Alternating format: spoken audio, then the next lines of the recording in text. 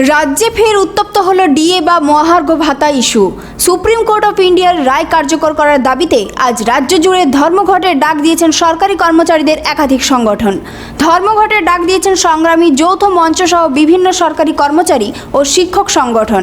তাদের দাবি, supreme court স্পষ্ট নির্দেশ দিয়েছে রাজ্য সরকারকে বকেয়া ডিএ দিতে হবে, তাই দ্রুত সেই রায় কার্যকর করার জন্যই এই আন্দোলনের পথে নামা হয়েছে।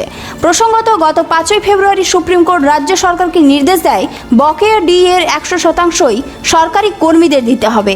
একই সঙ্গে আদালত জানায় অন্তত 25% বকেয়া ডিএ অবিলম্বে মেটাতে হবে।